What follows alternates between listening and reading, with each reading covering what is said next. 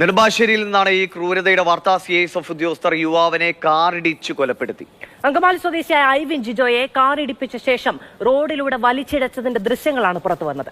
വാഹനം ഓവർടേക്ക് ചെയ്തതിനെ ചൊല്ലിയുള്ള ഒരു തർക്കത്തെ തുടർന്നാണ് ഉദ്യോഗസ്ഥരുടെ ഈ ക്രൂരത. CISF ഉദ്യോഗസ്ഥരെ പോലീസ് കസ്റ്റഡിയിലെടുത്തിട്ടുണ്ട്. ഈ വാർത്ത കേരളം ഞെട്ടലോടെയാണ് കേട്ടത്. നെടുമ്പാശ്ശേരി എയർപോർട്ട് റോഡിൽ രാത്രിയാണ് സംഭവം നടന്നത്. കാറിൽ സഞ്ചരിക്കുകയായിരുന്ന എയർപോർട്ടിലെ ഹോട്ടലിൽ ജോലി ചെയ്യുന്ന 24 വയസ്സുള്ള അങ്കമാലി തുറവൂർ സ്വദേശി ഏവിനും എയർപോർട്ടിലെ ജോലിക്കാരായ 2 CSF ഉദ്യോഗസ്ഥരും തമ്മിൽ കാറിന് സൈഡ് കൊടുക്കാത്തതിൻ്റെ പേരിലുള്ള തർക്കമാണ് കൊലപാതകത്തിൽ കലാശിച്ചത്. UP-കാരനും ബീഹാർ സ്വദേശിയുമാണ് CIS ഉദ്യോഗസ്ഥർ.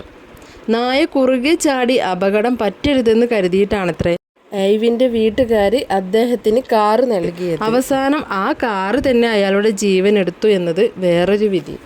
അപ്പൊ അതിനെ കൊല്ലണ്ടായിരുന്നു, അതിനെ വെറുതെ വിട്ടുകൂടെ? എനിക്കൊരൊറ്റ മോനും ഉള്ളൂ. ഞങ്ങൾക്ക് ഇനി ആരുണ്ട്? ഈ കൊച്ചു വണ്ടി പോകുമ്പോ ബൈക്കിൽ പോകുമ്പോ പട്ടി വട്ടം ചാടിയ കൊച്ചിന് ആക്സിഡന്റ് സംഭവിക്കണ്ടെന്ന് വിചാരിച്ചിട്ട് കാറിനകത്ത് പോണതാ. എന്നിട്ട് പോലും അത്രയും സംരക്ഷണം ഞങ്ങൾ കൊടുക്കണുണ്ട്. ഈ സമൂഹം അത്രയും കൊടുക്കണില്ല. ഐവിൻ്റെ അമ്മയുടെ ഈ സങ്കടം എങ്ങനെയാണ് സമൂഹം തീർക്കുക? ഒരു സൈഡ് തർക്കം കൊലപ്പെടുത്താനുള്ള മാനസികാവസ്ഥയിലേക്ക് പ്രതികളെ തള്ളിയിടുന്നുണ്ടെങ്കിൽ അവരൊക്കെ വല്ല ലഹരിയും ഉപയോഗിച്ചിരുന്നോ എന്ന് അന്വേഷിക്കുന്നവർ കണ്ടെത്തേണ്ടതുണ്ട്. പൊതുജനങ്ങളെ സംരക്ഷിക്കേണ്ട ചുമതലയുള്ളവരാണ് CISF എന്ന് പറയുന്നത്. ഇവിടെ അവർ മൂലം ഒരു ഹീന കൊലപാതകം നടന്നു എന്നത് വിധിയുടെ വേറൊരു വെർഷൻ. തർക്കം മൂത്തപ്പോൾ ഏവിൻ ആ രംഗം ഫോണിൽ ചിത്രീകരിച്ചിരുന്നു. അതിനിടയിൽ CSF ഉദ്യോഗസ്ഥർ അവരുടെ കാർ പോകാൻ ശ്രമിച്ചപ്പോഴാണ് എവിൻ അവരുടെ കാറിൻ്റെ മുന്നിലേക്ക് തടസ്സമായി നിന്നത്. അവിടെ വെച്ചാണ് അവർ ഐവിനെ കാറ് കൊണ്ട് ഇടിച്ചത്. ഇടി കൊണ്ടപ്പോൾ എവിൻ CSF ഉദ്യോഗസ്ഥരുടെ കാറിൻ്റെ ബോണറ്റിലേക്ക് മറിഞ്ഞു വീണു. അത് കണ്ടും ആ വൃത്തികെട്ടവന്മാർ കാറ് നിർത്താതെ ഏവിനെയും കൊണ്ട് കാർ ഓടിച്ചു പോയി എന്നത് ആശ്ചര്യപ്പെടുത്തുന്നു. മുമ്പും ഇത്തരം കൊലപാതകങ്ങൾ നമ്മൾ വാർത്തകളിൽ വായിച്ചിട്ടുണ്ട്. കുറച്ചു ദൂരം പോയ ശേഷം കാറ് പെട്ടെന്ന് നിന്നു. ആ നൃത്തത്തിലാണ് ഐവിൻ റോഡിലേക്ക് മറിഞ്ഞു വീണത്. അവിടെയും കലിയടങ്ങാത്ത ഉദ്യോഗസ്ഥർ ഐവിൻ്റെ ശരീരത്തിലൂടെ കാർ കയറ്റി ഉരച്ചുകൊണ്ട് കുറച്ചു ദൂരം പോയി എന്നതാണ് അറിയുന്നത്.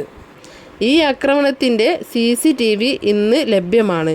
നിങ്ങൾ അതൊന്ന് കണ്ടു നോക്ക്.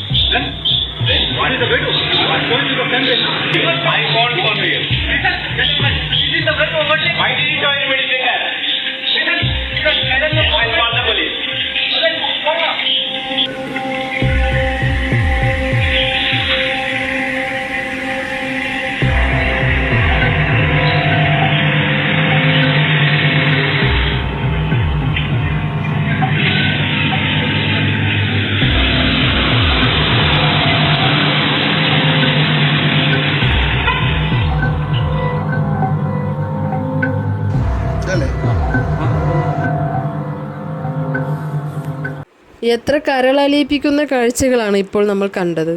ഒരു മനുഷ്യനെ പെട്ടെന്നുണ്ടായ ഒരു ദേഷ്യത്തിൻ്റെ പേരിൽ ഇത്രക്ക് ആക്രമിച്ച് കൊല്ലണമെങ്കിൽ ഞാൻ ആലോചിക്കുക എത്രമാത്രം ക്രൂരന്മാരായിരിക്കണം ആ ഉദ്യോഗസ്ഥർ. എന്തുമാത്രം വേദന സഹിച്ചിട്ടുണ്ടാവും ജീവൻ പോകുന്നത് വരെ. എന്ത് നേട്ടമാണ് ഇത്തരം കൊലപാതകങ്ങൾ ചെയ്യുന്നവർക്ക് ലഭിക്കുക?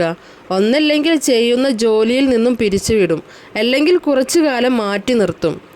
കേസ് തെളിഞ്ഞാൽ വിധി പോലെ ജയിലിലും കിടക്കാം.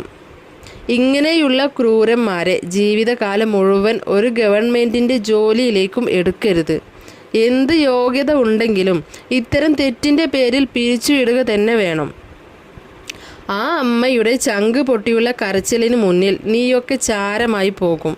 എന്ത് പറഞ്ഞാടോ ആ അമ്മയെ സമാധാനിപ്പിക്കുക? ഇനിയുള്ള ജീവിതം ഈ പാപവും പേറി നീ ജീവിക്കട്ടെ. കാറിലോ ജീപ്പിലൊന്നും എടുത്ത് കൊണ്ടുപോകാൻ പറ്റുന്ന അവസ്ഥയായിരുന്നില്ല. അല്ലെങ്കിൽ എന്തെങ്കിലും ജീവനുണ്ടെങ്കിൽ നമുക്ക് ലെൻസിലൊക്കെ കുത്തിക്കയറി കഴിഞ്ഞ പ്രശ്നമാണല്ലോ. അപ്പോൾ അതിന് ആംബുലൻസ് വിളിച്ചു. ഒരു 5 മിനിറ്റിനുള്ളിൽ ആംബുലൻസ് വന്നു.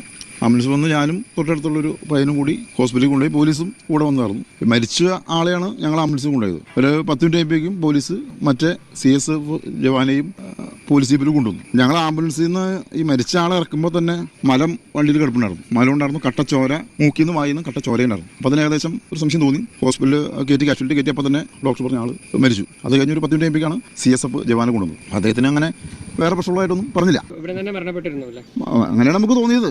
വണ്ടിയിൽ കയറ്റുമ്പോൾ ജീവൻ ഉണ്ടായിരുന്നില്ല, ആളെ എടുത്ത് കയറ്റാൻ പറ്റുന്ന അവസ്ഥയായിരുന്നില്ല. പിന്നെ ഇവിടുത്തെ ചെറുപ്പക്കാരെല്ലാവരും കൂടിയിട്ട് ഈ പാൻറ്റിൻ്റെ അവിടെ ബെൽറ്റുമേൻ ബനിയന്മേൻ പിടിച്ചുള്ളൂ. ശരീരത്തിൽ പിടിച്ചാൽ ചിലപ്പോൾ ഊരി പോരുന്ന അവസ്ഥയിലാണ്. ഈ ഭാഗം മൊത്തം അരഞ്ഞ മാതിരിയാണ് ഇരിക്കുന്നത്. നമുക്കത് കണ്ടാൽ സാധാരണ ഒരു മനുഷ്യനെ കണ്ടുക്കാൻ പറ്റാത്ത അവസ്ഥയാണ് കാണുന്നില്ല. ഈ വണ്ടി ആളെ റൂട്ടിലിട്ട് വണ്ടിമേ ഉരച്ച മാതിരി തോന്നണം ശരീരം കണ്ടു കഴിഞ്ഞാൽ. അതറിയില്ല. ഞങ്ങളിവിടെ കാണുമ്പോൾ ഒരു പ്രദേശം മൊത്തം അരഞ്ഞിരിക്കുകയാണ്. മുഖത്തിനും പറ്റിയിട്ടുണ്ട്. ഈ ശരീരത്തിൻ്റെ ഒരു ഭാഗം ആകെ അരഞ്ഞ് പോയ മിക്സിയിലിട്ട് അരച്ച മാതിരിയാണ്.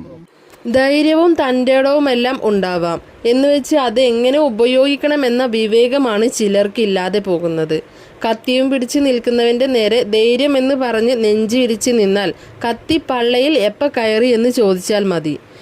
എയ്വിൻ അങ്ങനെ ഒരു വിഡിത്തം ഇവിടെ കാണിച്ചു.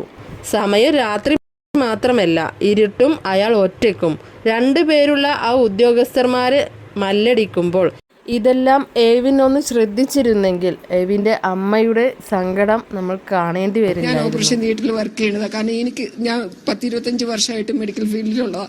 കൊച്ച് എവിടെയാന്ന് പറഞ്ഞാൽ എനിക്ക് ആ കണ്ടീഷൻ എനിക്ക് കുറെ മനസ്സിലാവും. അതുകൊണ്ടാണ് ചോദിച്ചത്. അപ്പം പറഞ്ഞു അവർ കൊന്നടി എന്ന് പറഞ്ഞു. ഇത് കണ്ടപ്പോഴത്തേക്കും അപ്പോഴത്തേക്കും കൂത്താട്ടോളം അങ്ങോട്ട് പറ്റുള്ളൂ. അപ്പൊ ഞാൻ ആ കൊച്ചിനോട് പറഞ്ഞു, എടാ എന്റെ കൊച്ചിനെ അവർ കൊന്നടാ.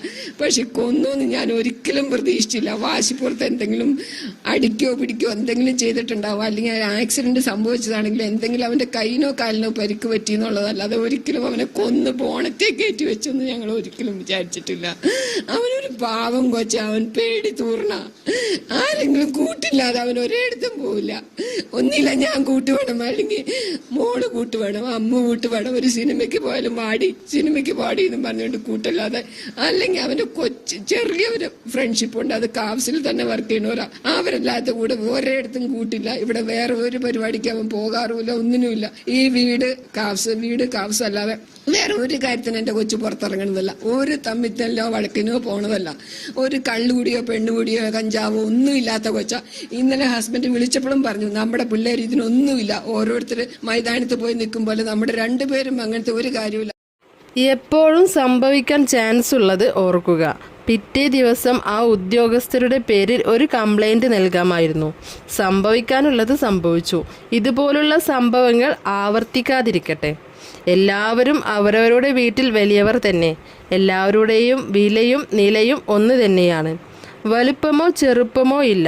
സന്തോഷവും സങ്കടവും ഒരുപോലെ. അതുകൊണ്ട് മനുഷ്യനെയും അവൻ്റെ ജീവനെയും വില കുറക്കാതെ കാണുക. സന്തോഷവും സമാധാനവും എല്ലായിടത്തും പുലരട്ടെ.